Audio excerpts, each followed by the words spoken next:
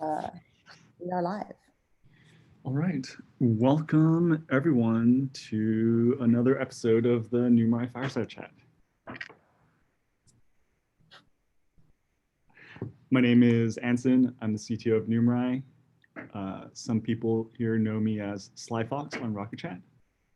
I'm Richard. I'm the founder and CEO of Numerai. Lots of exciting stuff today. Great questions. I wanted to actually start off with one question from me to Richard.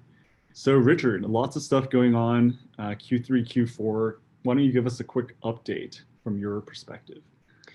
Well, I did want to share a few graphs. I mean, one of the interesting things about Numerai is that we are, there are people all outside of the hedge fund who are building the model, the meta model, and they kind of have no idea how well the meta model is doing. We do surface some information about the meta model, like we show you your correlation with the meta model, but users don't know that things are improving or whether things are improving.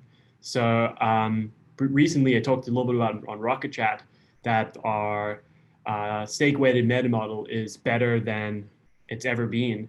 And I wanted to show you the performance of that on the test set.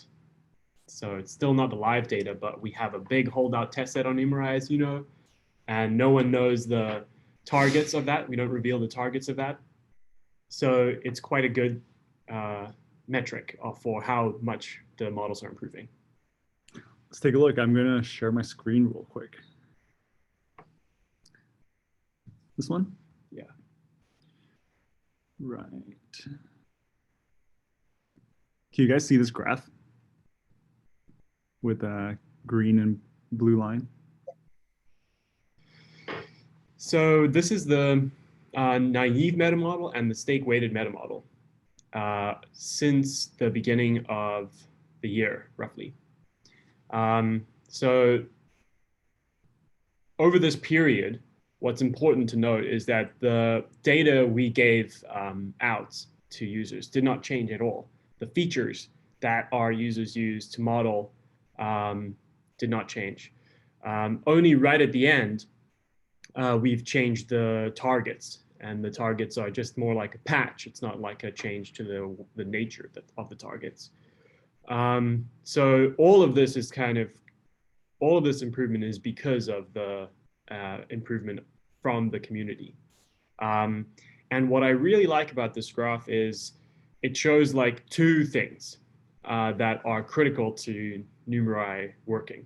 The first is that the fact that both of these graphs going up, or either of these graphs going up, is showing that the crowdsourcing part of it is working. We do not know how to make models as good as these internally. And so that's a really nice result that, even when we do nothing, even when we don't change the data, the community keeps improving the meta models.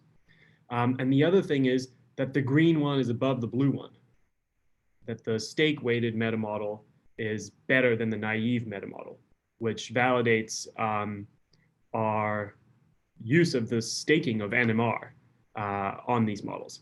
You can see that the difference between the green and the blues can be quite bumpy. Sometimes a big staker might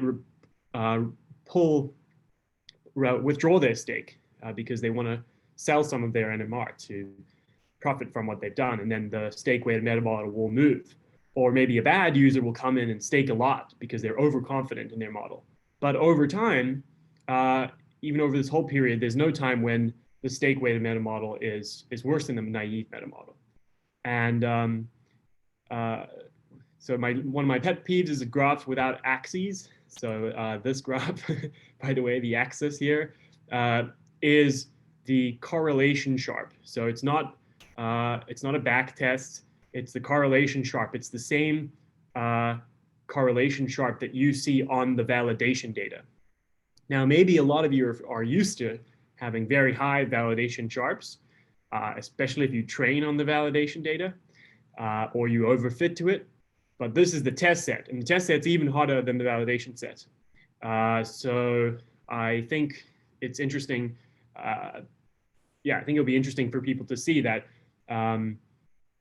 even as a caution, you might want to be, if you have a validation Sharpe of 1.5 or something like that, you might want to be careful, because even the stake-weighted meta model is only a correlation Sharpe of 1.04. But I really like this graph. It makes me super happy. We could not show a graph like this last year, and it's all a lot better. So yeah, I wanted to start showing this, and then briefly also just show the raw staking growth over the last while.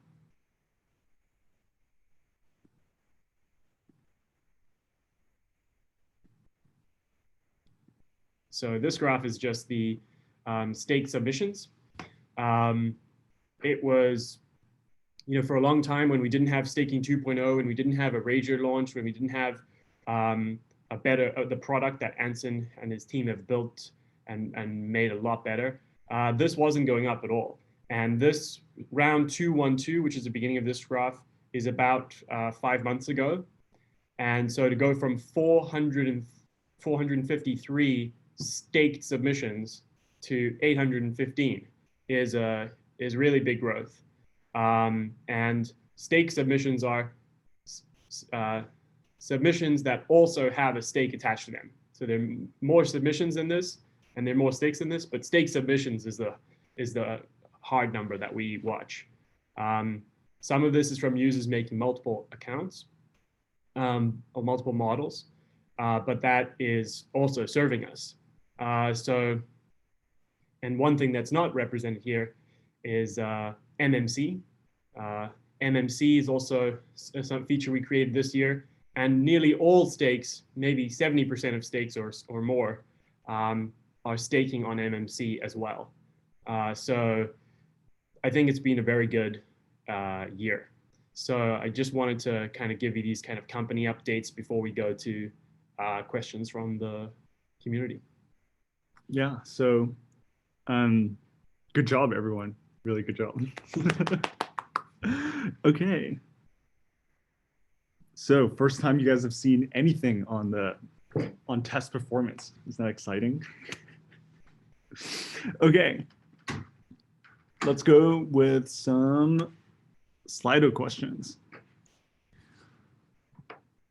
All right, number one from Teenage Pump Bag. What's the end game regarding payments when all of your NMR has been distributed to participants and or the fund has scaled to significant size? Well, I mean, the end game is remanaging all the money in the world, and all the AIs in the world are plugged into the system, and all of the data in the world is serviced to all of the AIs to manage all the money in the world. That's the end game that I have in mind. Richard, what about you? Yeah, I mean, that's definitely the end game. But this question might be more prosaic. I think some people want to know what happens when we run out of the NMR that we have. And we made a blog post a while ago, and maybe we should restate it or republish it or something. But we always wanted to make sure that the token was held by the community. Many of the tokens that you can see on like CoinMarketCap, all the different cryptocurrencies, they're like 98% held by speculators, or even 100% held by speculators, because the tokens themselves cannot be used because the products that they're supposed to support do not exist. And we never wanted it to be like that. So we've always set aside 5 million NMR, I believe it is, to be given as payouts to the community.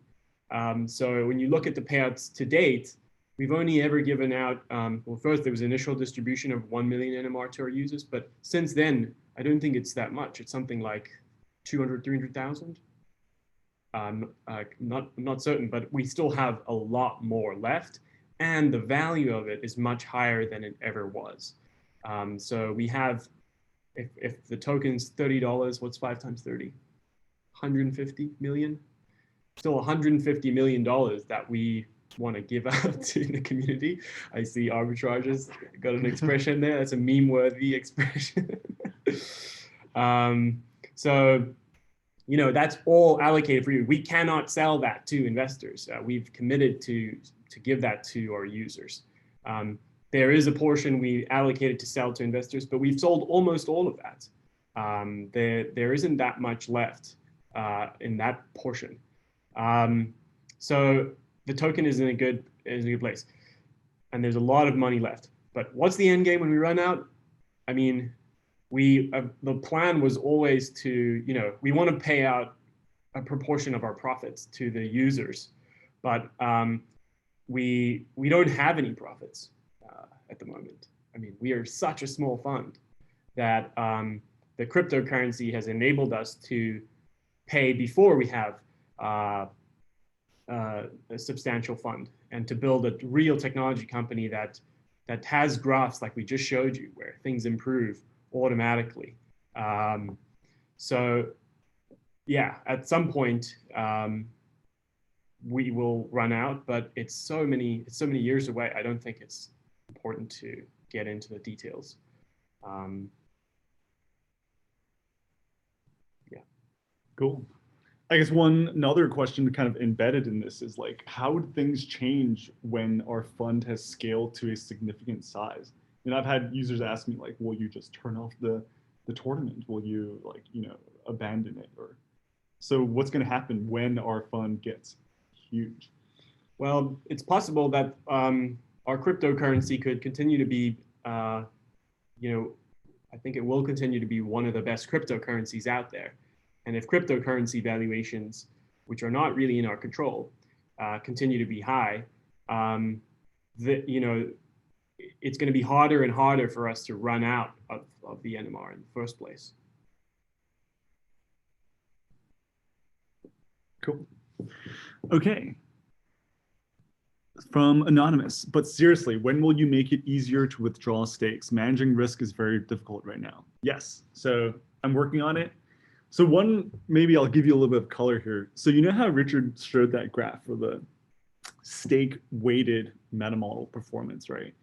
I think what I've come to learn is that the stake weight is very important to us actually when it comes to performance.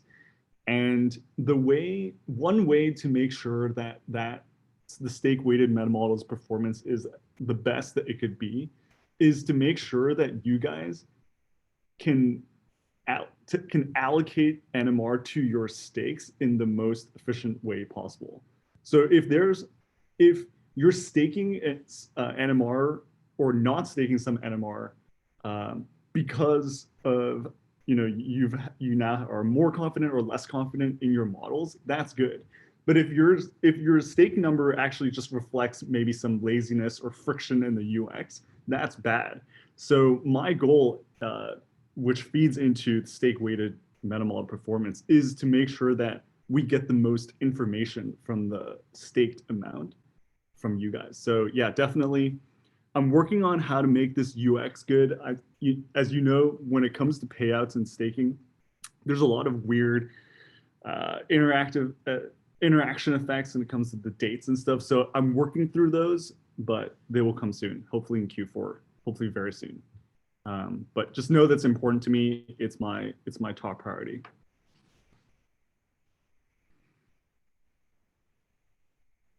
Joaquin, what are the plans for Q4? So I took some notes for this. Great question. Let me go first.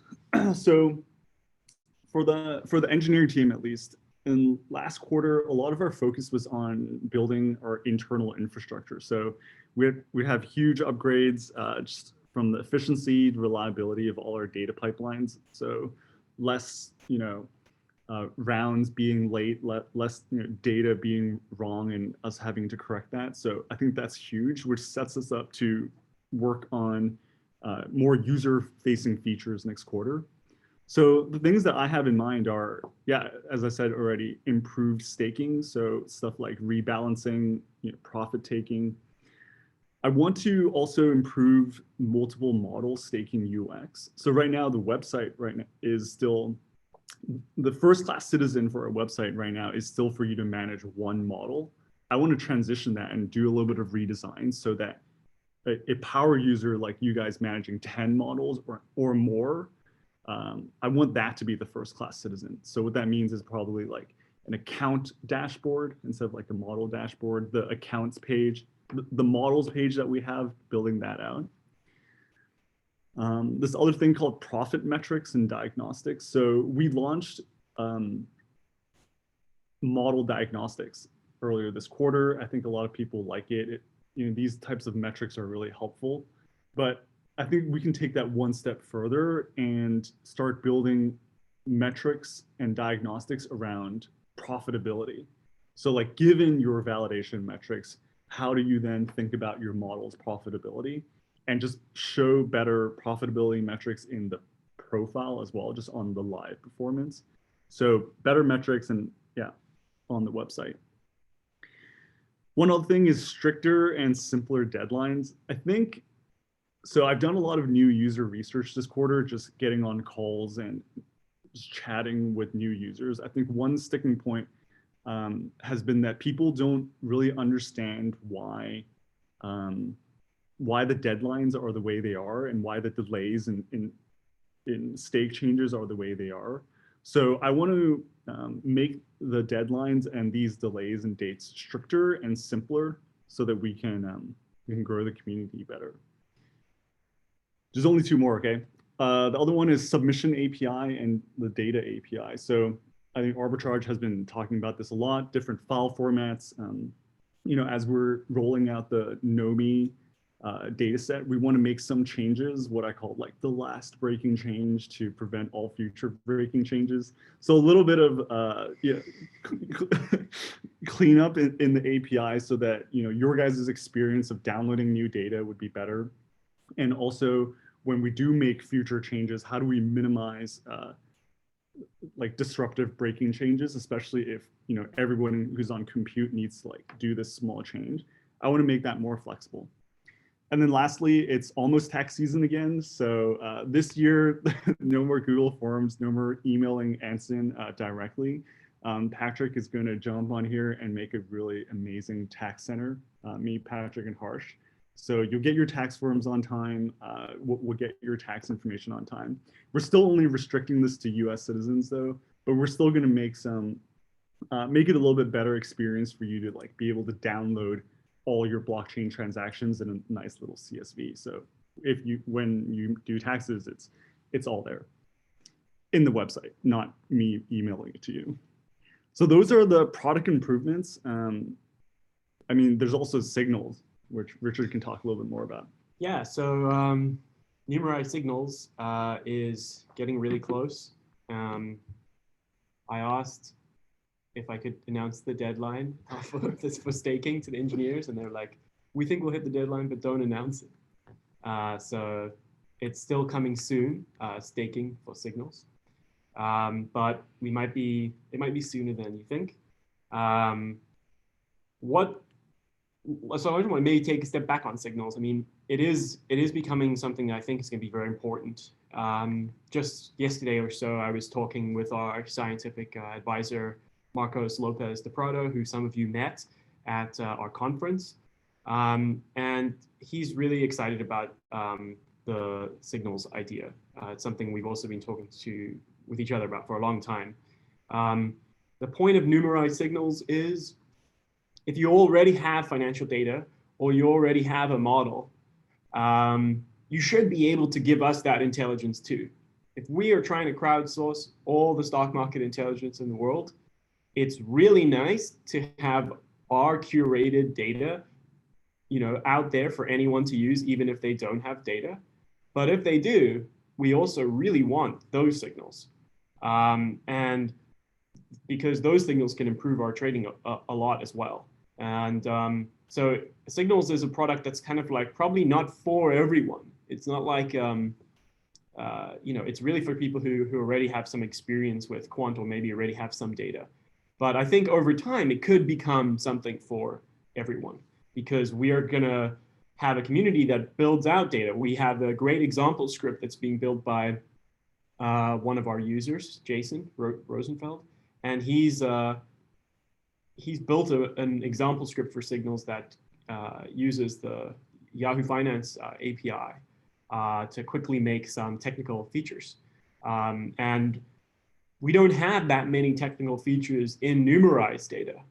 And because signals is all about making signals that are orthogonal and original compared to any of Numerai's data, technical features might actually be quite good. The other thing about signals is it's a 1 week target instead of a 1 month target like Numerai. And that means technical signals and shorter term signals could work there that wouldn't really work well on Numerai, or models with high churn. So I'm very excited about it. And I think, you know, one of the things is, as you guys know, I mean, even the first blog post on Erasure was kind of about signals. It was kind of about, could we crowdsource data from other places? And then Erasure Quant was kind of that product. But if you think about Erasure Quant, it's just not a production system. Like, it's not something you could ever want to use for real life trading. Why? You had to use MetaMask. You had to use IPFS. It was sort of too. It was a really great playground for us to kind of come up with Numerai signals, basically. But Numerai signals is kind of the real deal, and I think you'll get that feeling. I think, you know, if you're a Quantopian quant or a Kaggle user, there's this feeling of like, I'm doing this, I'm learning, but nothing I'm working on is actually reaching the real world. I'm just making a backtest on Quantopian for educational purposes, and I'm just modeling whale sounds on Kaggle, you know, for my own interest to learn about data science. But the whole point of Numerai is that everything you're doing is actually real life, and the signals you're creating actually get used. And I think you'll get that feeling from signals, because it's hard. It's hard to have an orthogonal signal to our signal because our meta model has captured a lot of signal. But if you can find one, it's going to be very valuable and it's going to actually be used. And that, I think, is a very important distinction with Numerai, is that we have to be the people who are doing it for real. And that's what signals is. So I'm very excited about it. If you've given up on signals and because you've tried the Erasure Quant and you hated it, I would say try it again, not now, but like a month from now. It is going to be really a really nice product. And I think it's going to be really key to the future of the company. So I'm very excited about it, and I hope you try it out. We've also got an amazing signals movie coming out, and Medium post, and Marcos really likes the movie. And so look out for that. And that's all going to be pretty soon. And hopefully some awesome press as well. I think what's happened is that Numerai has become pretty clearly the kind of winner of crowdsourcing quant. And all the weird decisions we made, like, why do these people have a cryptocurrency? Why are they obfuscating their data? Why do they have this compute service? Like, all of those decisions are actually starting to be the key reason why we're the ones that kind of won. And hopefully that comes through in the press. Yeah, I just want to add a couple small points here. I mean, a lot of you guys, if you look at the Signals website, you might ask like, oh, you know, it looks exactly the same as the Numerai website. Like, why is it taking so long for you guys to build this? I think it's what Richard said, right? We want this to be real. When we built Erasure Quant, it was a lot of it. It was just like a playground for us to iterate on these ideas. And I think we found out, we learned a lot, you know, how unreliable IPFS is, for example. But more importantly, what we're building right now is real integration from signals into our hedge fund, which a lot of it is in the back end that you guys can't see. But I think that's like a super important thing. Because it's going to directly help our hedge fund, we're definitely going to, you know, continue improving this product. We're going to, just like the way we do with the regular tournament, a lot of the product improvements that I'm talking about, because it's in a shared code base and a shared system, as I roll these product improvements out, it's going to improve both signals and the tournament. So yeah, it's a key part to our vision. It's now a part of our backend architecture.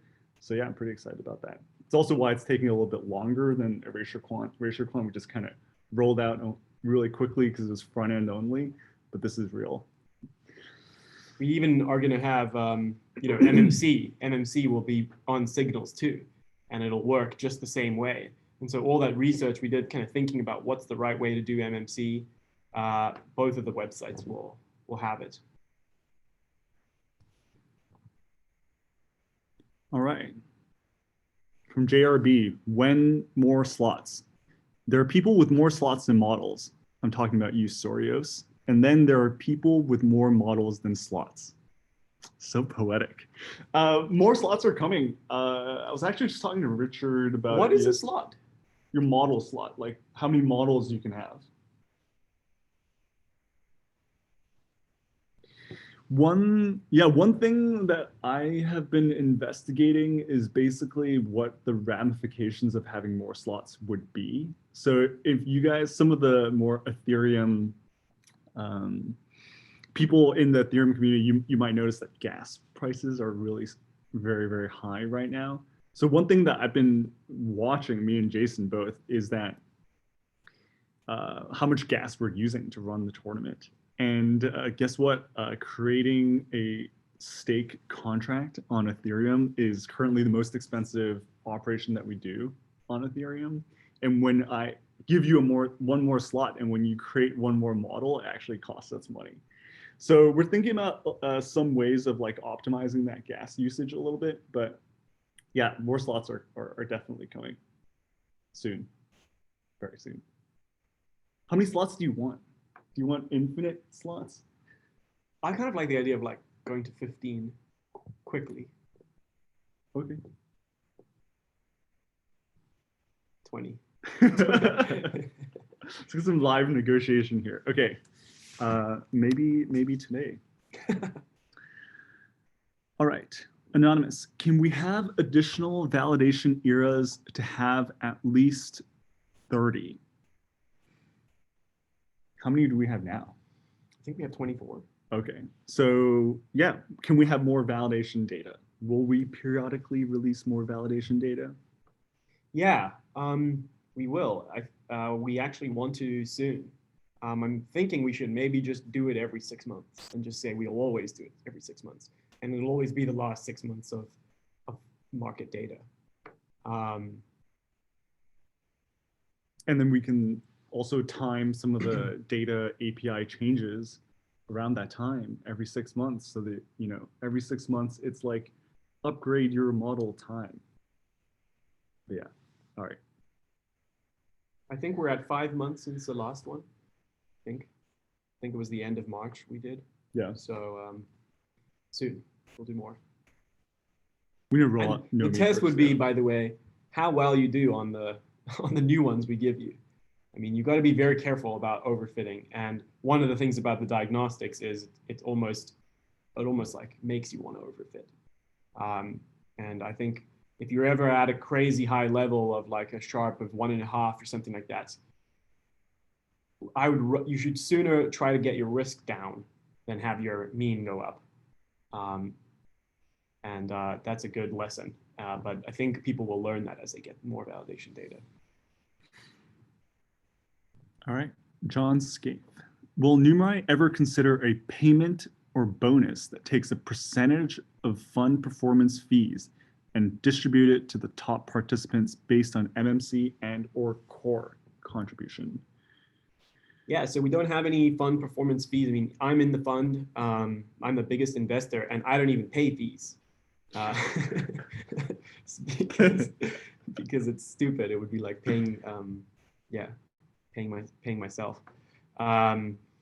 So these are all questions for the future. And then even when we get quite a big fund, I mean, even when we get to like 150 million in the fund, we're only kind of breaking even on our costs because we have data costs and costs of all the employees.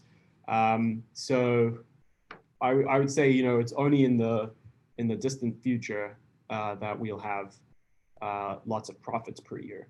And even then, I mean, I'm not really, Anson and I are both the kind of people who would want to throw the money back into the company and not have profits. Right. Buy more data. Buy all the data. Hire all the people. Yeah. Build the best system. Fund decentralized research. Fund research in encryption. Yeah, we have this idea of could we coerce / incentivize other hedge funds to just shut down every part of their business except their signal generating part and just submit to signals. How do we do that? Because there are 10,000 hedge funds, and if we just, there's probably 3,000 that are like close to going out of business because it's been a pretty bad year for hedge funds, pretty bad 4 years, frankly. And maybe we can get them to, the ones with a good signal, just try signals, see if you have an original signal.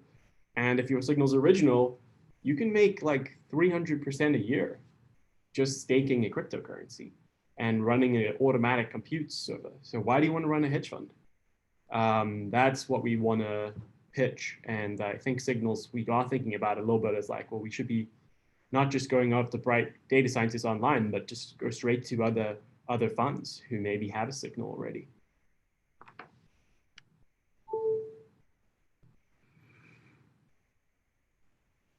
All right, Anonymous. Any plans for a new bonus system? I think bonus keeps us motivated during burn times. Great question. So I actually spent a good portion of this quarter investigating and proposing and also analyzing bonuses, like a replacement bonus for reputation bonus, since I loved reputation bonus, and I think you guys did too. However, I think we came to the conclusion that instead of introducing yet another bonus, there are other things that we can do to add value to you guys, which are better. Let me talk a little bit about why bonuses don't work. So any bonus that we introduce that creates asymmetry or pushes the payout curve away from being centered around 0 is going to be attackable and it's not going to be Sybil resistant. So I think in order to protect the integrity of the tournament, to protect both us and you guys, we cannot introduce any type of bonus. I think that's what we realized. There are ways for us to give you money though. So for example, like I think when you guys contribute code, when you guys contribute forum posts, like all that stuff, I'm very happy to give you bounties for that. I mean, it's because it's Sybil resistant, because we know each other, and also creates like this good sense of community. But anything that's automated it's not going to work. And I don't want to spend, half of our engineering resources fighting attacks like we used to. And when we're fighting attacks, we're not building features. And when we're fighting attacks, we're not improving the data set for you guys. So I want to spend 0 time fighting attacks and instead focus on building good features for you guys. And I think there are features that can just unlock value, as I talked about earlier, like taking profits and letting you guys switch stakes faster. That's like going to be good for you, maybe better than me just giving you a small bonus. I think, yeah, we have a lot of friends in the crypto industry, I think, working in DeFi, and a lot of that, the trend right now is just like pay people for staking. We don't want to do that. I don't think as much as we like their projects and we're friends with them, that's not what we're going for. We want our stakes to be meaningful. Yeah, I mean, imagine we had some bonus like, yeah, we'll pay you 100% a year just to stake example predictions. And then we got a flood of DeFi degens staking all their money on Numerai. And suddenly the example predictions makes up 95% of the stake weighted meta model. I mean, this would be catastrophically bad for our actual intentions. You might see a pump in the coin, or you might see a bunch of new users sign up, but they'll be the least interesting users and the least important users you could imagine. So I don't like the idea of this kind of like buying users with inflation. And I think that should be a good thing for you guys to hear in some way, that we don't really want to we don't want to devalue your crypto that you earned by giving away bonuses to people who don't deserve it as much as you do. And in the long run, that's going to be obvious. And I think some of that DeFi yield farming stuff is probably already kind of played out. I don't think it's everyone can kind of see like, yeah, I did buy it and I did stake it and I did make 100%, but I never believed it would be a long-term thing and I never believed it would work. So there's also this, one learning that I think I've had over the past 2.5 years is, when I first joined, I was like, okay, let's buy growth, incentives equals to growth. Let's do it. And I think we did it. But, and especially during you mentioned the burn periods, keeping us motivated during the burn periods. Yeah. So there are like what I call maybe dumb ways of alleviating the pain of burns, which is, okay, nobody burns, stuff like maybe burn insurance or just asymmetric payout curves or just like a flat bonus for everyone. We tried all those things and we didn't like them. I think better ways that we found actually is just improving the data set. So like, let's just make the data better and give you guys more data so you actually perform better instead of me just making it easier. I think that's like a better game for all of us. And even the model diagnostics showing more people, maybe they want to be feature neutral. And if you're feature neutral, you won't burn that much in burn periods because you're neutral to all the risks that we know of. So I think, yeah, there's a kind of integrity that we want to have, and we want all of our stakes to be meaningful. We don't want people to be there for the bonus. Right.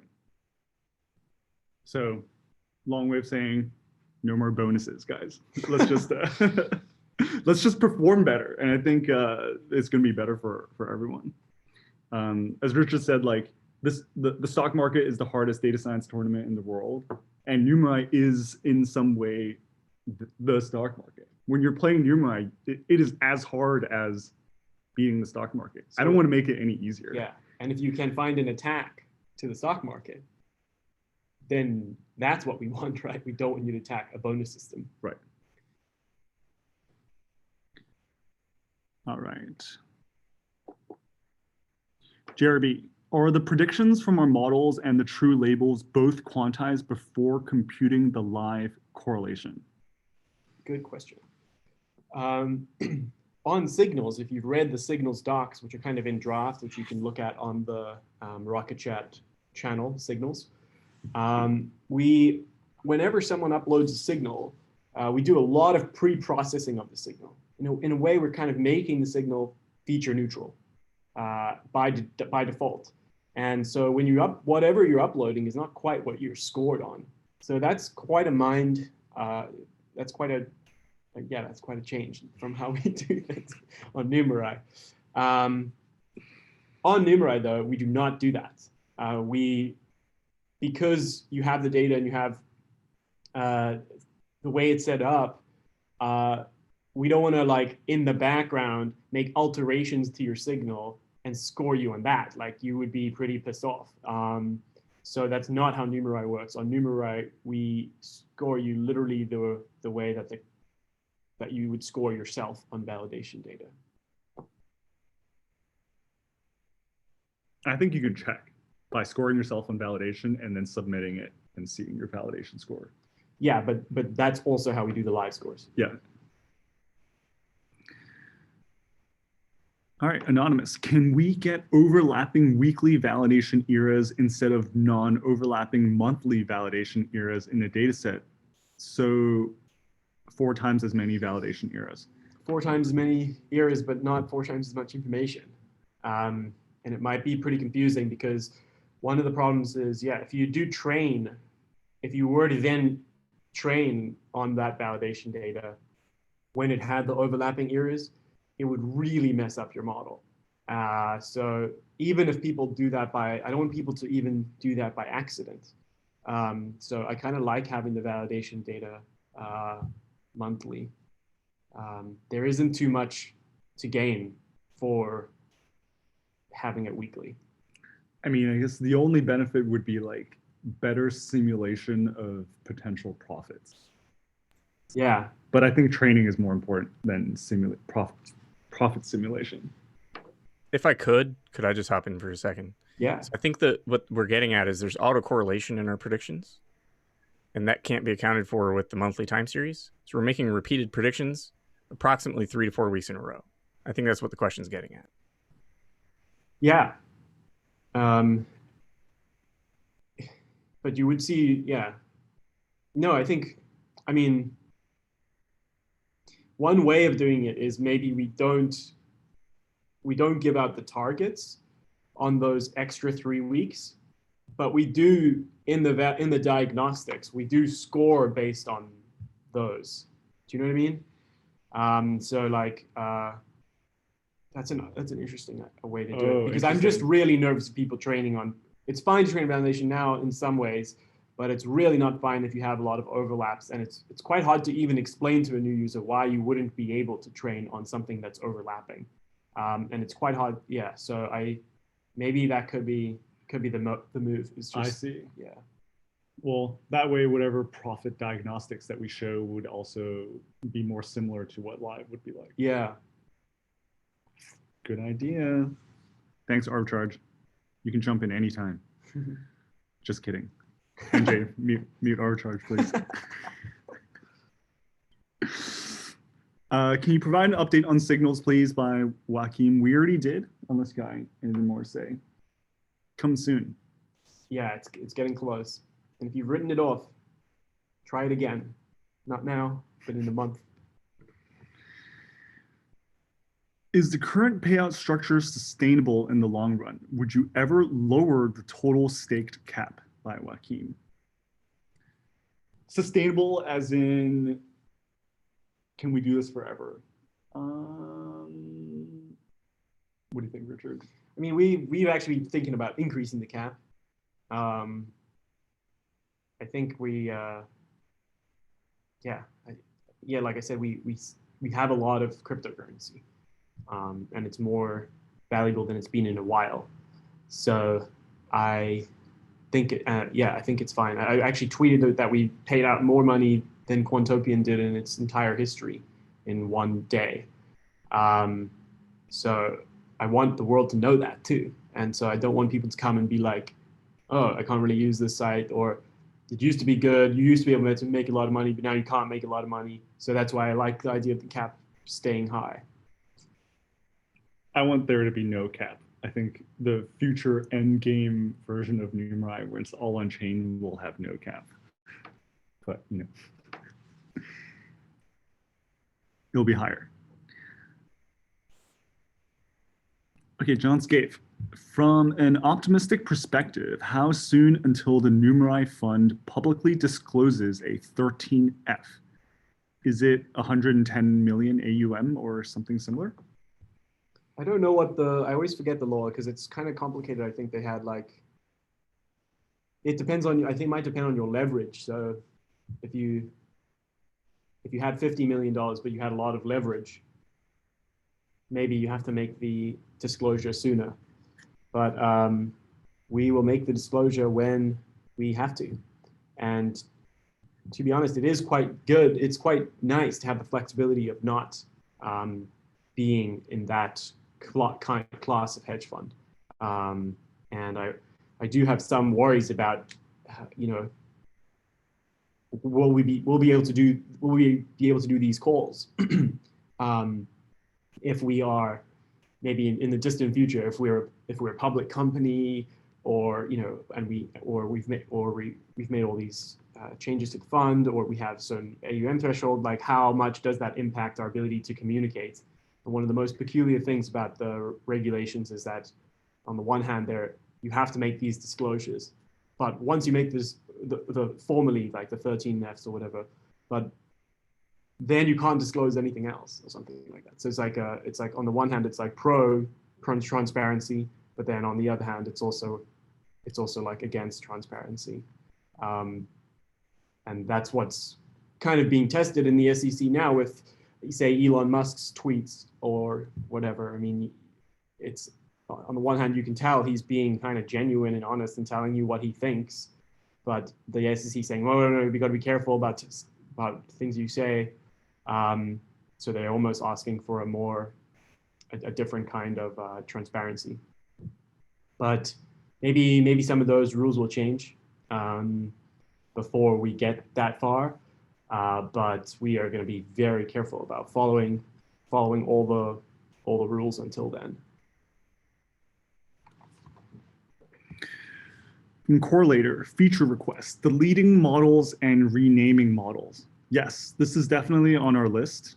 Probably will come around the same time where we lift the slots, but it's P2. It's a little bit of P2. That's why I haven't gotten it done yet, but it's definitely on our list.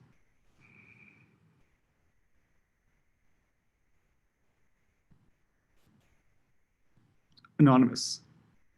Regarding nomi, need much better analytics on model performance on past live rounds, for example, since round 168, to compare training on kazutsugi evaluation on nomi versus training on nomi evaluating on nomi.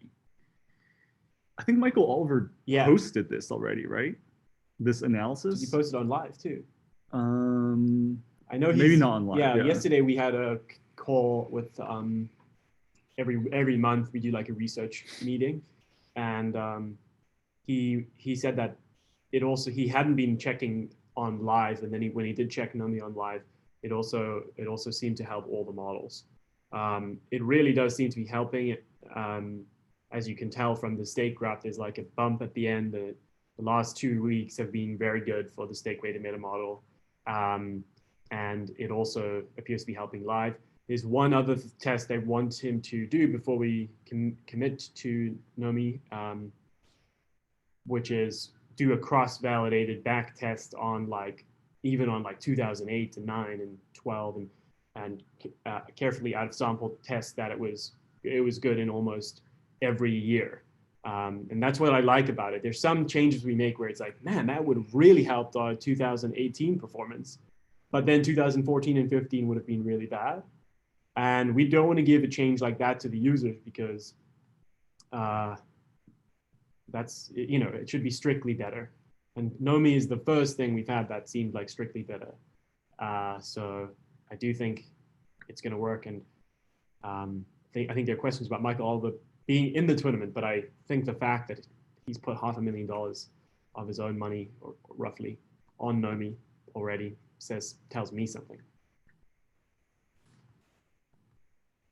All right, Anonymous, increase by 10 the number of models per account from 10 to 20, so we can parallel experiment or paper trade on new nomi target before switching staking on it. Yeah, it sounds like the more slots are probably going to have to come before nomi. Probably will help drive some adoption to it. So, sure.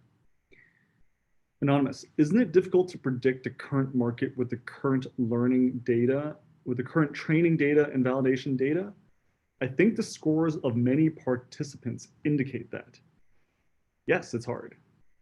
And there's no guarantee that the past predicts the future. But I think even integration test has done pretty well, right? I mean, how much, if you staked $1 on integration test, our example predictions, which we give out for free, how well would you be doing? You'd maybe be on like $2 already? The year's not even over? I don't know. You check. We should, I need to build the profit diagnostics. More like $4 from Rudy. Nice. So you'd stake, and is that, well, maybe I should say, if you'd stake one NMR, how much would it be, would you be up in NMR? I think it's one NMR would even be 4 NMR. And then in the same period, NMR was up 1,000%. So I think people are doing pretty well. It's always going to be hard, though. That's the fun part about the problem. It will be hard. There are machine learning hedge funds that have raised a lot of capital that might have some of our signal today, and they didn't have it in the training data. And so the training data is going to look easier than the future, because the future didn't have these other market participants. So that's kind of the game. But I think we're going to be fine. I think, yeah. That's also part of the reason why we do feature neutralization, right? Because like features are known things. Yeah. But non-linear relationships between those features seem to be things that maybe only ML can find. And so maybe we're betting that we can find things that other people don't know, Yeah. which will tend to work. But if you only bet on things that people already know, probably won't work. Yeah. Okay. When does the team lockup end on sales of NMR?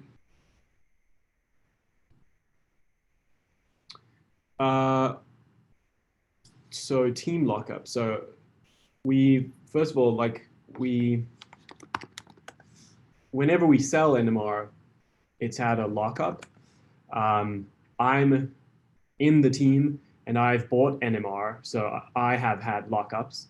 But in the earlier days, I'm talking like 2017, we gave NMR to some employees, and it didn't have a lockup, but it did vest. So you had to sort of depend on how long you stayed at the company. So that's a bit about lockups. The current, some investors are, when they invested, they had a 2-year lockup. Others had a 1-year lockup. I have a portion of my NMR that's locked up with the new NMRs that I bought, but my old NMRs are not locked up. Yeah, that's kind of what I can say about lockups. Does that answer the question? Maybe. What is the question? I mean, I would include that we have internal trading policies. So it's not as if a member of the team can go out and buy a bunch of NMR whenever they want, or sell a bunch of NMR whenever they want. We do have internal processes within the company for NMR trading and related things. Yeah, that's right. So even if I had fully unlocked NMRs, or Natasha had fully unlocked NMRs, there are often times when we block trading. We blocked all employee trading during the listing on Coinbase. And sometimes before other announcements, we'll do that as well. And then when you do want to trade, you can't just do it on Uniswap or something. You have to ask permission to trade. So we have probably a very strict policy compared to most crypto funds. And the reason for that is we have the same kinds of policies for our hedge fund. If you want to trade stocks, if you want to buy Tesla or something, you have to check that the fund isn't buying Tesla, which sometimes it is. Maybe not. So yeah, we just took the policy of like, well, let's have it be like, even though cryptocurrencies aren't regulated the same way as stocks, let's try to have the best compliance we can have, and that's been quite good so far. Cool. Just Tinyan. Okay. Can we request a model be deleted? I'd like to have deleted the first 2 submissions I made, which I do not plan to ever stake on. Yes, I'll look into model deletion. John Scaife. Why would a quant stake capital on signals in NMR as opposed to deploying it directly in the market without currency risk? What does buying signals look like? Yeah, well, the currency risk thing is pretty big. I mean, I think there's like a meme someone had Oh, someone's talking about the 1 NMR. 1 NMR on example predictions would have turned into 2.77 NMRs today. If you staked in round 168, was that September last year? I think that is, yeah. That was the launch of Kazutsugi, that's right. So that's a good thing. Now, if, maybe that's connected with this question, if the NMR were to like halve or go down 80%, or all these things that do happen with cryptocurrency volatility, you wouldn't be sitting in a good place. My feeling is that cryptocurrency is still early, and I think I want people to develop hedging products for cryptocurrency. I want it to be possible on Coinbase in the future to basically be able to short NMR. So you take on a big NMR position because you want to stake it. Now you want to hedge some of your risk, so you short half of it or 80% of it or something like that. And we can't make those products, but the market I think will. And so I think people will mitigate their risk like that. I think it's also very easy to sell. You could sell Ethereum short and hold NMR or something like that. That would also offset a lot of your currency risk because cryptocurrencies are very correlated. But the main reason why I think people stake capital in signals is that for an original signal, for a signal that we don't have, the return you would get on that would be way higher. For a signal that might only produce 10% a year in a hedge fund or 5% a year in a hedge fund, might be able to make 300 or 400% on signals. And that is why you would be like, whoa, this is crazy. I should not be staking. It should not be trading this model. I would much rather sell it to Numerai or license it over signals. I'll give my perspective as an engineer. You know why you'd want to stake your signals, your signal on signals instead of trade it yourself, is because you can have a fully automated system. Real life trading is not an API. You don't just call an API to the market. It's really messy. Things break. You need to do accounting. You need to do compliance. There's like it's really complicated. You don't want to do it. You want to focus on building your signal, and you don't want to bother with dealing with the real world, which is what we do for you. Yes, automation is my favorite thing. Future AI God does not want to interact with humans, just wants to interact with an API.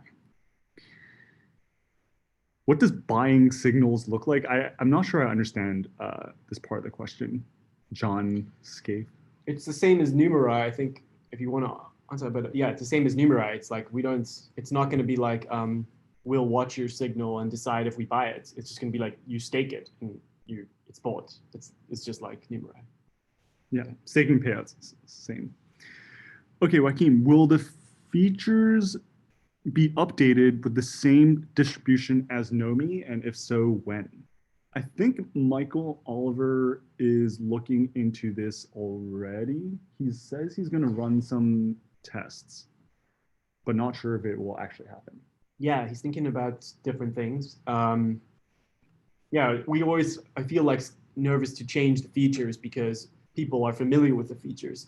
And so if they know that, I always drop feature 9 intelligence, and then we change the obfuscation, we change the features completely, that's not that nice, because you got familiarity with that and you want to be able to benefit from that familiarity in the future.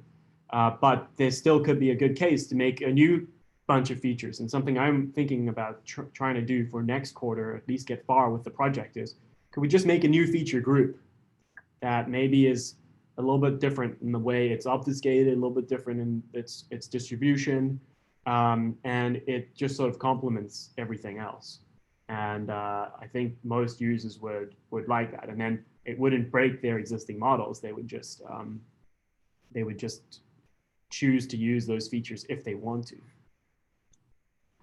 and choose to download the file or not in the new data API. Okay, will the features be updated with the, oh wait, no, sorry. What are your reflections on MMC so far? Any MMC related updates? One true score of core plus MMC for the leaderboard? This is from Joaquin. One true score for the leaderboard is definitely a yes. We already changed the round summary emails to that. The leaderboard will come soon. Reflections on MMC? Well, I do like MMC. I mean, I think it's kind of like maybe as good as it could get. I don't know, but it does feel like it does capture a lot of what we want, and the models that do have good MMC are good. There could be, yeah. One thing I've been curious about is, could you, yeah. Well, let's just try to see everyone's reactions to this. So here's an idea. What if you could change your payout multiple on MMC? So you could basically make 2 times as much or burn 2 times as much on your MMC.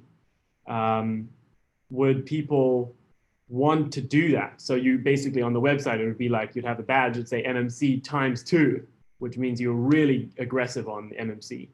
And that would allow you to potentially earn more money than people who don't have MMC as much.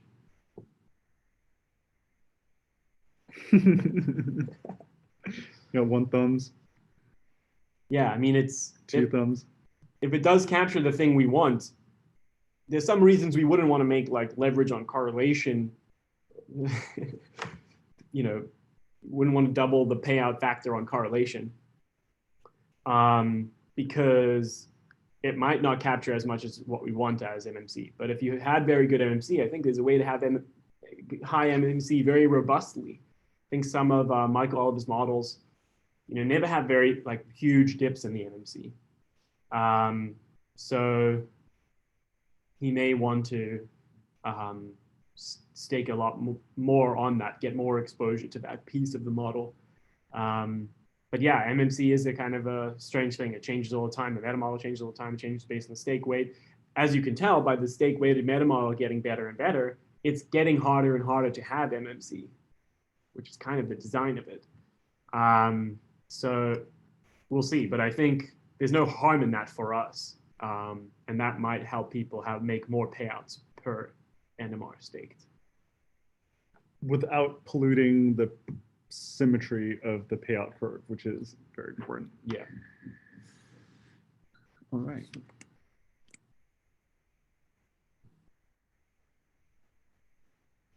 Okay, Justinian again. Can a site feature be added to follow a user's main profile? For example, I would like to view a list of arbitrage's models and his forum posts from a single page. Don't we all? So yes, I think I want to make an accounts profile page. And our accounts are already linked to the forum. So I believe we can pull in like the latest posts and add links to the account's profile. I still need to debate with Richard about that. Yeah, I don't know about accounts being like, it's just, yeah, it's just complicated. It's like, I don't know. Is there like an accounts leaderboard? Yeah, is there maybe. like an accounts? I don't know. I don't know. But being able to follow someone's profile, I'm not sure. So like, you know, in a lot of other sites, like you follow when like an update happens, and then so you'll get a notification. Maybe that would be cool. So like I would follow maybe Michael Oliver's account, and then whenever he posts a forum post, I'll get notified specifically for that. Maybe that seems a little bit hard, probably P2, but good feedback. Okay, can the signals tournament be updated to accept submissions on SPY, QQQ, IVW, DIAs, SBDR, sector ETFs, and ETFs tracking VIX? Well, we don't trade any of those. We trade equities. We don't trade ETFs. So we want to keep signals as real as possible and only cover the universe of things we trade.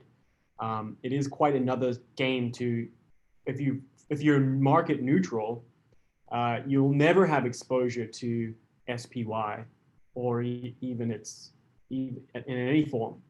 So if you had a prediction on SPY, we'd be like, great, but we're neutral to that. So we don't need that. So I don't think we're going to trade those for a while, but I think we will eventually, maybe in like the 3-year timeline or something like that, where we get so good that we're like, maybe we don't want to be neutral anymore. Maybe we know enough about the market that we want to take a little bit of a positional bet and be like a little bit exposed to the market because our alpha is so high. Okay. Joaquin, what are some of the main problems or challenges when using predictions from the tournament? For example, they're not unique, maybe they're not stable enough, trading costs, risk adjustment, etc.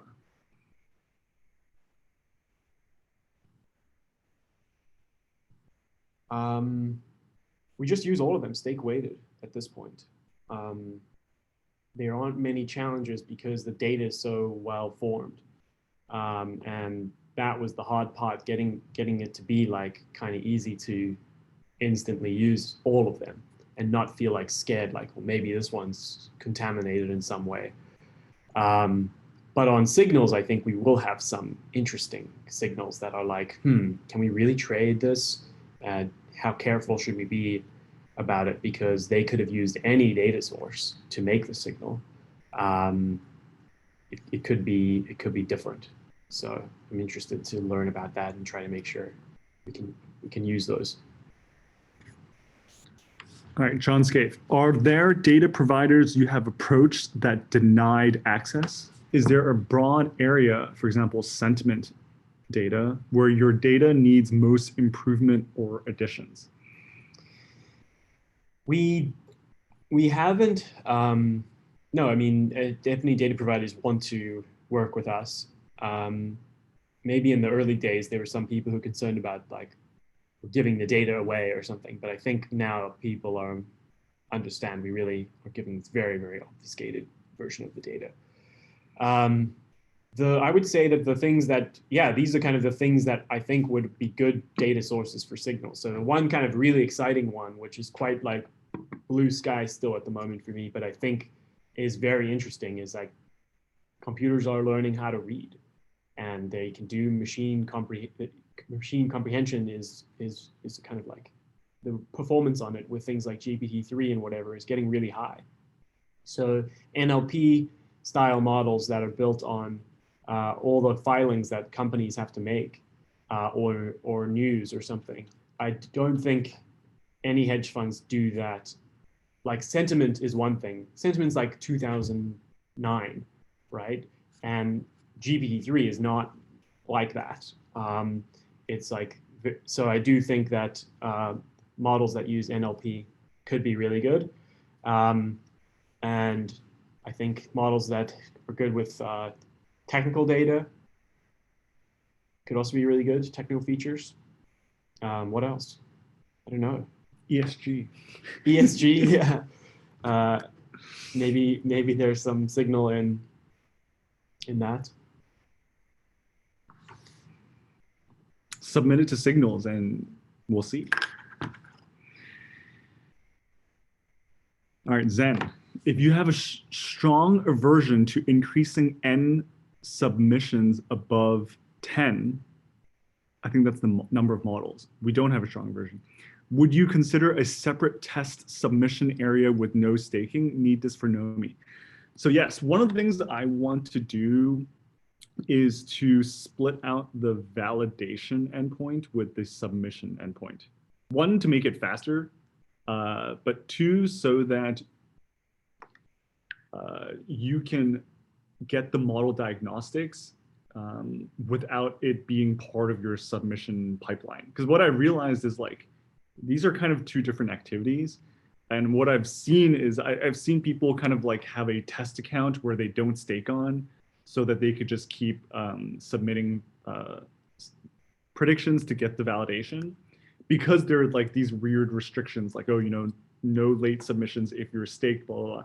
So I want to, on the one hand, tighten all the deadlines for the real staked accounts for live submissions, but then loosen the deadlines and just make it always available that you could submit the validation part and get diagnostics. So I think splitting those two out would make it better. But whether or not you can get test diagnostics, I don't think we'll ever give you any of the test diagnostics, but it will be on validation only. So kind of related to the next question, I'm just going to read it. Can we get a user dedicated test set for diagnostic metrics that we can't train on directly and can only see once per week per model after deadline? So I don't think that works, because even if you can only submit it once per week, you'll just make 1 million accounts and submit it 1 million times per week. So yeah, as I said, I don't want to play this game of defense. So I think what happens is when we're ready to give you the data, we'll just give you the data. And we're going to trust that you use it appropriately for validation, for testing, or for training, because, you know, you guys are, you know, we trust in your guys' ability to make those decisions. Mm-hmm. Okay, Anonymous, is Erasure Bay over? Yeah, well, as some of you know, we made this protocol called Erasure, and we needed to make it. It wasn't like a change in the strategy of the company. Some people are like, oh, I really like the pivot to Erasure. I'm like, what are you talking about? Erasure is just a protocol for Numerai to build stuff on, including Numerai and signals.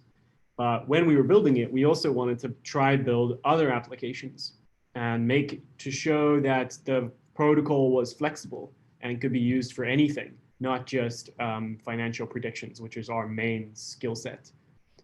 So we made this little Twitter app called Erasure Bay.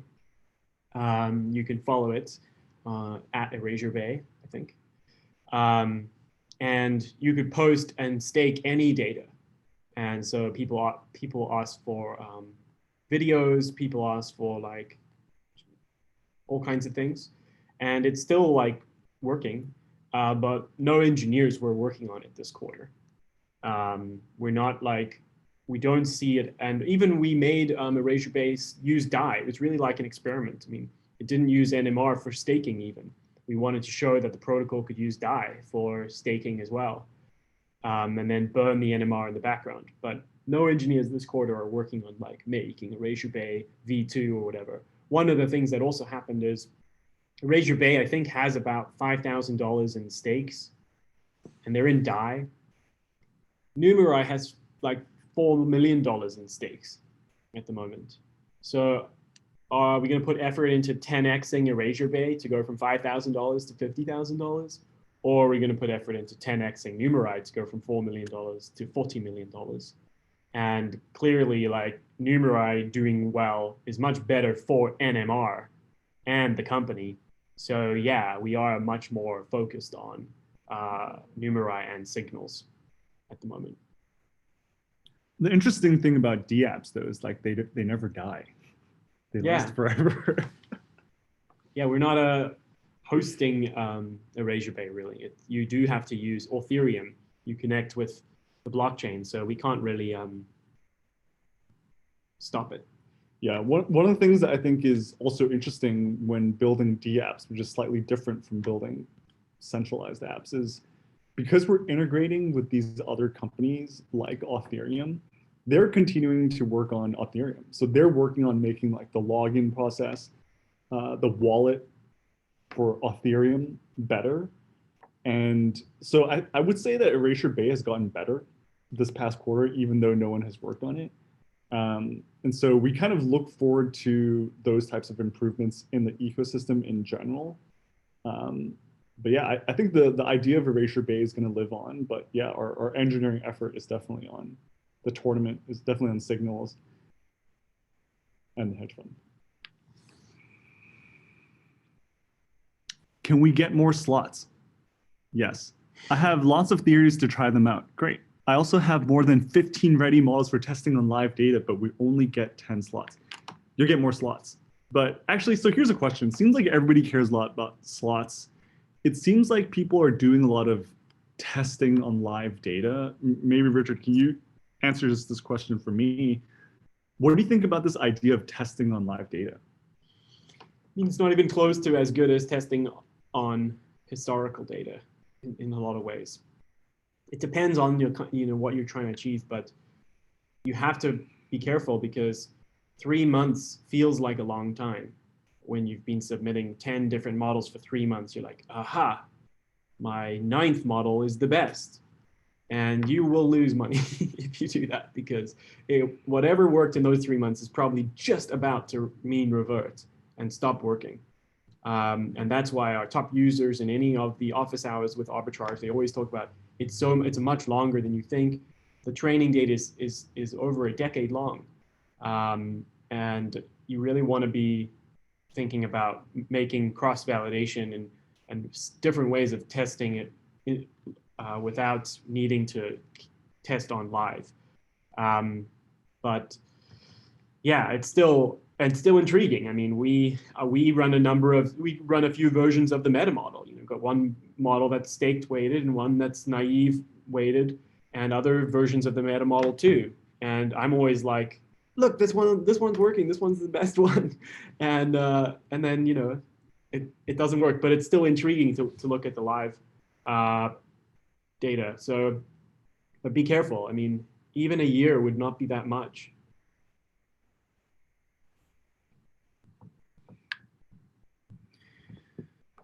Also anonymous, can we as Numerai data scientists invest in the Numerai hedge fund? I think everyone would love that. Can we talk about our IPO plans? I hope that it wasn't captured on audio. So yeah, we have a hedge fund. It seems like natural that if you guys are in a normal hedge fund, if you're an employee of a hedge fund, you can invest in the hedge fund. Natasha is invested in our hedge fund. I'm not sure if I'm allowed to say that, but I don't think she might. Anson's in our hedge fund. I'm in our hedge fund. So I know about other LPs, but yeah, we won't say the other LPs, but yeah. So it is a good thing to have alignment when you're working on something. But for hedge fund industry, remember all the laws were made before there was any conception of that you could do a company like Numerai. They didn't realize that you might have a hedge fund with nearly all the employees being remote. So I think we have to be careful, and we have to follow the laws as they are.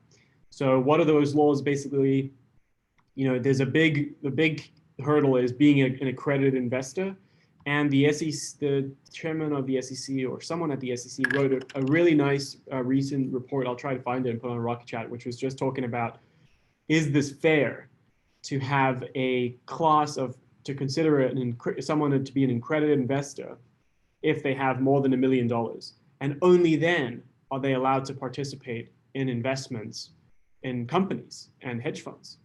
And is that the right thing? Isn't that creating inequality? Because only the rich people are considered sophisticated enough to invest in hedge funds. So there's that rule that they recently kind of have been talking about and relaxing in certain instances. But for now, the hedge fund is just not open to anyone who's not an institutional investor. And the problem for us as well is, like, if we do get 99 investors who all invest a small amount, and for us, for the hedge fund, a small amount would be like $500,000, it doesn't help us that much. The only way we can succeed is if we have a lot of institutional investors. And so they're like 3 institutional investors that I talk to and have been talking to for a number of years. And they're the only ones that matter in the space. And we need to close them. And that's how the company succeeds. So I don't see a future where Numerai users are invested directly in the hedge fund. And I don't think it's even a suitable product for them. The hedge fund, it might be designed, we might have an LP that says, I'll give you $100 million as long as you run the risk on really low settings. So you can only make 8% a year. And that just might be what they want us to do. So we have to lower the leverage, we lower the feature exposure, all that, and then we build the product that they want. Now, a normal person would not want to invest in that product. It's only really created for an institutional investor because they just have very different risk appetites and profiles for what they want you to do and mandates. So yeah, the hedge fund product is not for people really. It's for institutional investors. Cool. Carlo, as target nomi is less regularized, can we say it creates more opportunities to get high MMC scores compared to kazutsugi? Will MMC become more volatile? That's a question for you. That's a really good question. I don't know. I haven't actually thought too much about nomi's impact on MMC. It is a thing about nomi is that it is more real. If you think about returns and you look at this distribution of returns, they are more like a normal distribution than a uniform distribution. And kazutsugi was a uniform distribution, and nomi is not. It's a normal distribution. It's still bucketed, but it's a normal distribution. So that means like it's more real. So I imagine that it does open up special MMC avenues that weren't possible before. And because it's more real, it's probably like better for that reason. I mean, we used to have a binary target, remember our old Bernie target, and that target was, really different to what the real stock market's like. And then kazutsugi was closer, and then nomi's even closer.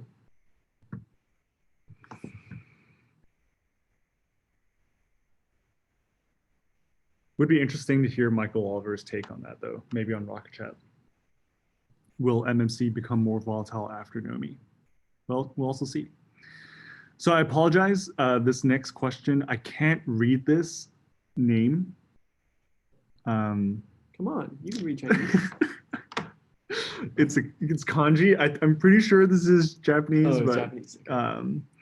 Okay. Hato. Okay, Hato. Thanks, Joaquin. How does Joaquin know that? Yeah, can you read Japanese? Okay, can we use data in the recently resolved round? We want more validation data to evaluate the model. So yeah, we talked about this earlier. We're going to give out more validation data, maybe on a 6-month schedule, so you'll get it. In case you don't know, recently resolved rounds, they like graduate into test and also validation. So you will get it. John Scaife. If given the opportunity, would Numerai feel confident in scaling AUM to 1 billion with the current operations methods in place? Well, great question. Very good question. So obviously, as I just described, this is not an investment product for people, and the question depends on a lot of things. Like if we have a lot of leverage, the leverage is, so if we had $1 billion and we had 6 times leverage, we would actually have $6 billion of trading activity, which would be a lot and might move the market a lot and might make it harder for us to trade the stocks we like to trade. Even though we look at the 5,000 biggest stocks in the world, some of them might be too small to trade if the AUM got high. But there are about 40,000 stocks in the world. So us limiting to 5,000 is because of this. We really don't want that to happen. We really do want to be able to trade everything we have signal on. So there's a lot I could say about this, but yeah, everything we've been doing is for a lot of our back tests are done on $100 million. So we want to have that really good and be able to do $100 million. And we typically are on about 5 leverage. So that's $500 million. And that's kind of what everything's optimized for now. But it's also another kind of the reason it's hard to scale a fund is because of the market impact. So how would we have lower market impact? If you think about it a little bit, one of the easiest ways we could have lower market impact is if we traded on more than one day of the week. We only trade on Mondays. That's kind of crazy. But if we traded on Tuesdays and Wednesdays and Thursdays and Fridays as well, we could do 5 times more than 100 million without making any impact. But we would then need to request predictions from our trustee users on those days as well. Daily tournaments. Daily tournaments. So maybe that's like a compute only feature or something, because we would need to, it could probably be pretty annoying to upload every day. So that's the kind of thing that goes on. But yeah, the danger, a lot of startup hedge funds, they build something that works unbelievably well, but only on $10 million.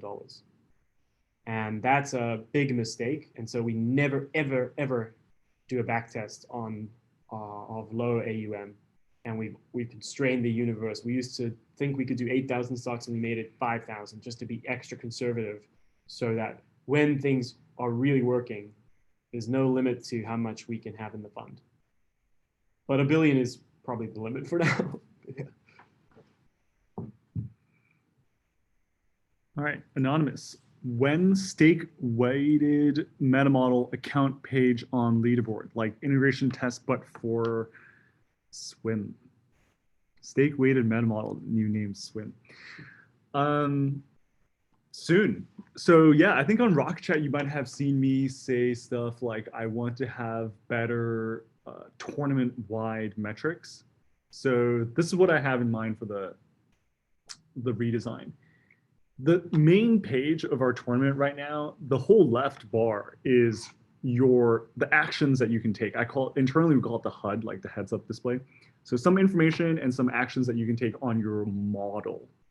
But it's only one model and you got to switch identities to do that. So I want to move that out into the accounts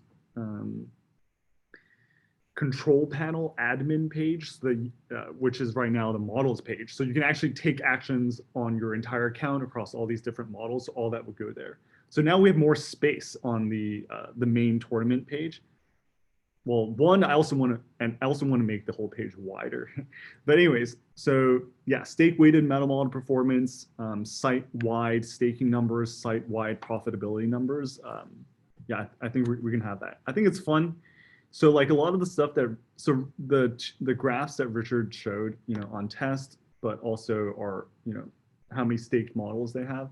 I want to add those kind of things to the main tournament page, so we can kind of just see what the state of the community and the tournament is like. So I think that's going to be good. So swim, yes, swim on the leaderboard. Oh, wait, on the leaderboard? I'm not sure, maybe. Actually have the stake weighted model as like as a user. Yeah, I don't know. I mean, it's not quite, what we do trade and stuff, so it wouldn't really, yeah, not sure. I guess it would be cool to say like, I am personally performing better than the stake weighted meta model. Yeah. I think we should do something. I always thought like, there's that website that the guy made, which shows you how you're performing relative to other people or whatever. I do think on every profile page, you show you how you're performing versus the integration test. I mean, yeah. Yeah. Okay. Wiggle Muse. I think this is Wiggle Muse. Has your legal or compliance department vetted having employees participate in the tournament? No. We haven't. I don't even know what laws this would possibly encroach on. Some competitions, I know that like, I don't know if you had like a competition, like you were collecting the most cans of soda or something like that. They'll often say, you know, no employees will be eligible for participation in this raffle or whatever. And I'm sure there's some reason for that, but the main reason for that is just that there's like a conflict of interest, probably. And what a lot of people think are conflicts. But in our case, it's really an alignment of interest. I mean, what could be better?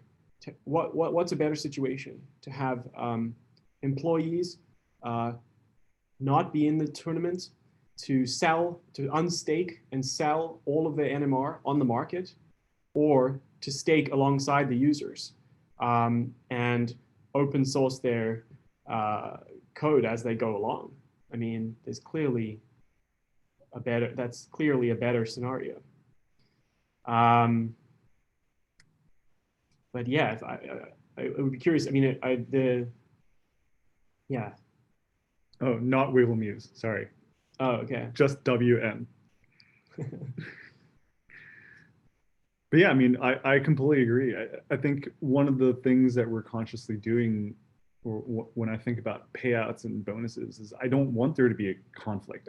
In general, I don't want there to be a conflict or a antagonistic relationship between any of our users.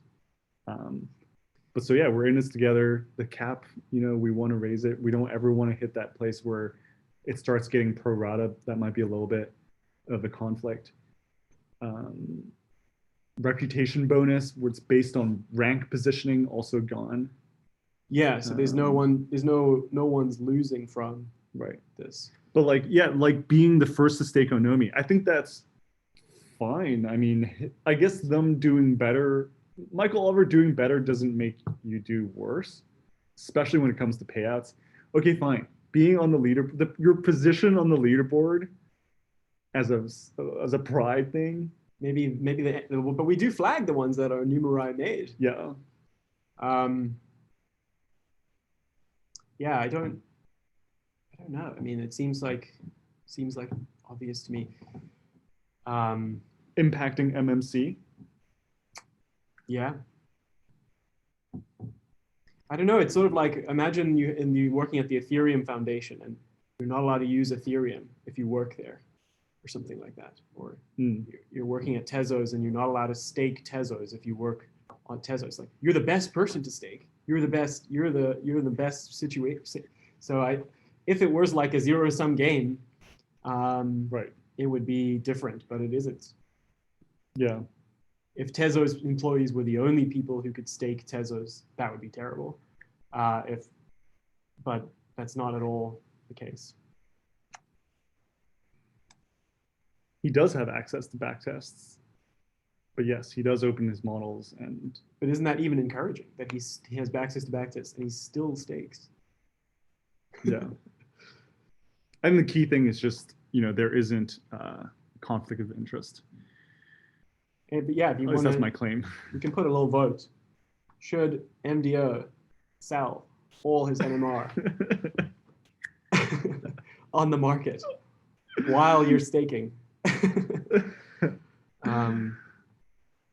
And close source all his models. I vote no.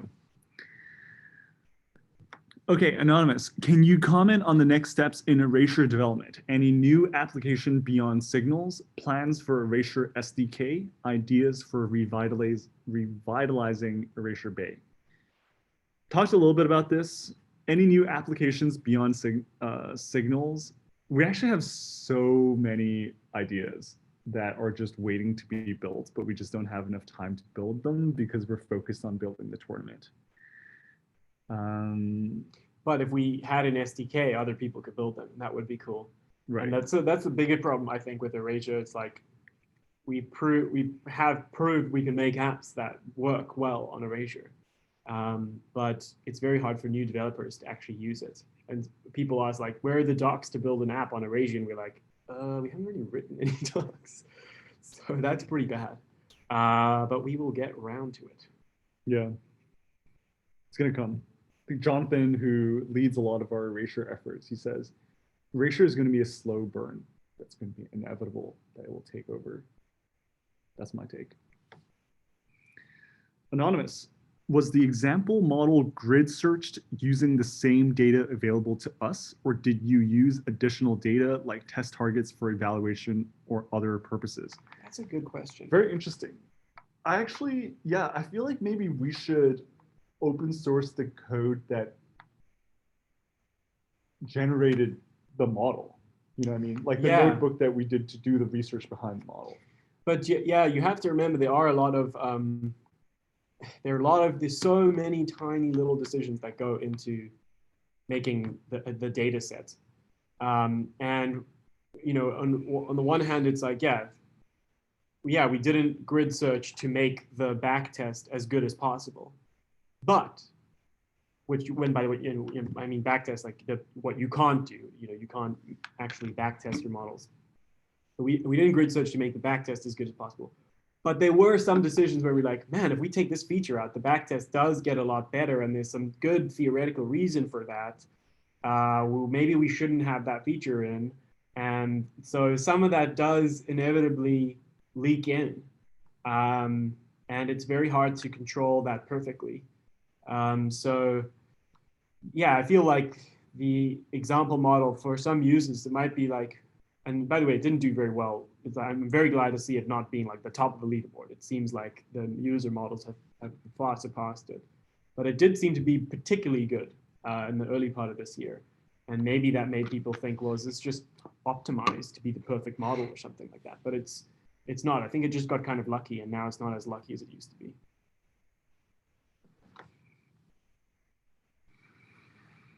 How about a new hidden val set? We don't get to targets, but only metrics. No one can train on it. So comparisons would be apple to apples and metrics pure. Yeah, can't do that. I want what I want when I want it. Is that so wrong? No. It's not wrong. Me too. Rich meta model. 274 days ago, you acquired NMR for $1 million US. Will we see you stake this on the meta model to have more skin in the game in the dimension of meta model performance? Ooh. Staking on the meta model. Yeah, I mean, I have this NMR. I don't think I could use the locked up NMR even for staking, but I do have other NMR that's not locked up. I did work on the CRAT model with Michael Oliver. We were working on it together. I mean, I wasn't doing much of the coding, but it was some of my ideas. And I was tempted to stake on it and just give him a loan or something so he could stake even more on the CRAT model, and maybe we could make that like a team account or something. But then I was like, oh, I don't want to pay tax. I don't want to have users say, why are you moving your NMR? So I decided not to. But maybe I should stake some of it. But I do have a lot of money in the fund. So I have a lot of skin in the game already.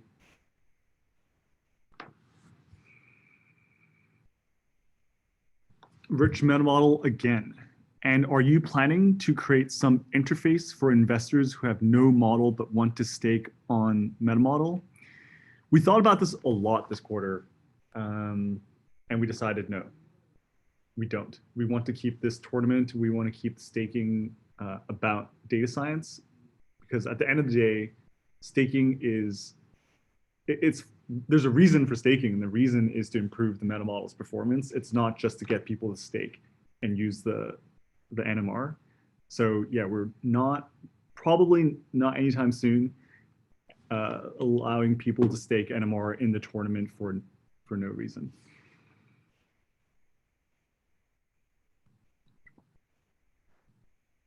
HRB says, personally, I'm fine with team members staking. I just don't get the definition of open source you guys have. Yeah, so I mean, that's a good point. Open source means, the code needs to be open source. Yes, it will be soon. As I said on Rock Chat a couple of times, I guess, I don't know, it takes time. I was like, hey, Mike P, open source your model. He's like, but I feel really embarrassed about my code. He spent so much time cleaning it up. I'm like, no, you should be working. So yeah, I think it's a matter of priorities. the thing is, like, whatever we know about this data science problem, it is in our best interest to tell all of you guys as soon as possible, because it then helps your guys' model perform better, which helps our hedge fund perform better. So yeah, I think even though if practically the code is not open source yet, Michael Oliver's intention is to give you guys the best stuff that he has, but maybe he doesn't want to mislead you with some of, like, you know, the bugs and typos that he might have too. Kino is saying, yeah, like it could sound bad. Like if you have a headline or a conversation, the data scientist who's in charge of scoring, paid himself this much in the competition. And that is this kind of like charged language that people use when they try to make this conflict of interest claim. Because conflict of interest is often so similar to alignment of interest that it's very deceptive, the language that people can make. So yeah, I mean, maybe it would sound bad, but should we be doing things that sound bad? Or should we be doing things that are bad? I don't know what the alternative is. I don't like the alternative of just dumping the NMR. I think it would hurt us. I mean, like even for recruiting people in the future, if we recruit other users, they might say, well, I don't want to join the company if I have to unstake. Exactly. And then we can't recruit new users. Be like, you have to quit Facebook if you want to join Facebook. Why? Set up a public page for the rules for employees and staking, so then it is clear. I think it could be clearer. Yeah, I agree. Being transparent, being clear about how we're making decisions and what we actually do. Yeah, very important. Okay, Matthias, have you considered relative utility of money in your stake weighted meta model? For example, a USD 10K NMR stake may be an all-in bet for some and insignificant for others. So yeah, this would be like the amount of information there is in stake weights. Yeah, well, that's why we look at naive versus stake weighted. I mean, you might want to say, well, everyone should get the same voice, but it doesn't perform as well. But yeah, I mean, I think it would be nice for users without a stake to be able to get NMR faster. And I do think it's actually quite a lot of friction. You could be a Kaggle grandmaster, and you could be pretty sure that you could do well on Numerai, but the cryptocurrency side of it puts you off. And I just don't like that. I wish it could be better, and I wish it would be more obvious that you can, easier ways to get started. Even if you could, we would love to give those people 10 NMR, but we just don't really know how to do it without it being spotted. So Coinbase is maybe helping. I mean, that makes it easier to get NMR. But yeah. Actually, I think Matthias was the user who recently posted his experience, bad experience trying to acquire NMR. Yeah. I think we'd be growing much faster if we had no NMR, but then stakes wouldn't be, the model wouldn't be working as well. Yeah. I think one of the reasons why we like Richard's idea of letting you pick like the multiplier on MMC is to kind of address this problem, right? Like if you have a lot of confidence, that is your way of increasing your weight in the meta model. But yeah, so. Okay, Matthias again, have you considered adding a percentile rank for each round directly in the Numerai website? A decent score isn't special if it's only 30th percentile. Oh, you mean so like adding the percentile rank that you get in the round summary, but in the website? Yes, eventually. Vincent, what's the current hedge fund performance roughly and how much money is it deploying? Wow, this was almost the last question. This usually be the top question. So at least the word is getting out that we do not answer that question. Yeah. Anonymous, when would it be possible for a tournament participant with top models to quit their job and live off of their Numerai payouts? When you stake enough. Yeah, I think we're getting close to that for some people. I really do. Can I stake on the example model? Does that violate any of Numerai's rules or policy? I want to stake on it as a hedge for my model. Yes, No. you can stake on it if you want. Yeah, you can. It's definitely a good thing. In fact, the extent to which you stake on it versus you staking on your other model will help the stake weighted model, because if you want to hedge yourself, there might be a reason you're scared of your model, and we want to know that information by the proportion you decide to stake on the one and not the other. All right, that's the end of Slido. Let me just quickly check Rocket Chat to see if we have any questions down here. Coming up on 2 hours. Yeah. Okay. I think we're good. That's a wrap. Any last parting words, Richard? Any last questions from the audience? More slots. More slots. More slots. More slots. Okay, we will do that. Maybe today. Maybe today. All right. Thank you, everyone, for joining. It's great chatting with you. Please share signals everywhere. I want people to hear about it. And I like that some of you are gathering Twitter followers. And I really look forward to explaining signals even more. It's unfortunate we didn't launch it right before this, because it would be nice to talk about. But we can have a call. Maybe I'll go on Arbitrage's office hours at some point. All right. Thanks, everyone. Bye-bye.